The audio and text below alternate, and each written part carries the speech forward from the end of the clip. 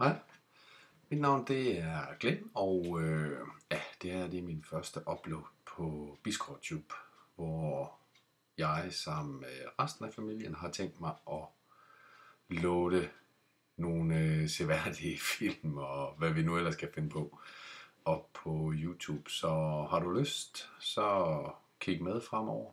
Lige nu der prøver jeg at teste, hvordan det virker, og det håber jeg selvfølgelig, der kommer noget fornuftigt ud af, så vi igen kan få stor succes med at loade op, så vores venner og familie og andre interesserede har lidt mulighed for at følge med i, hvad det er, vi render rundt og laver.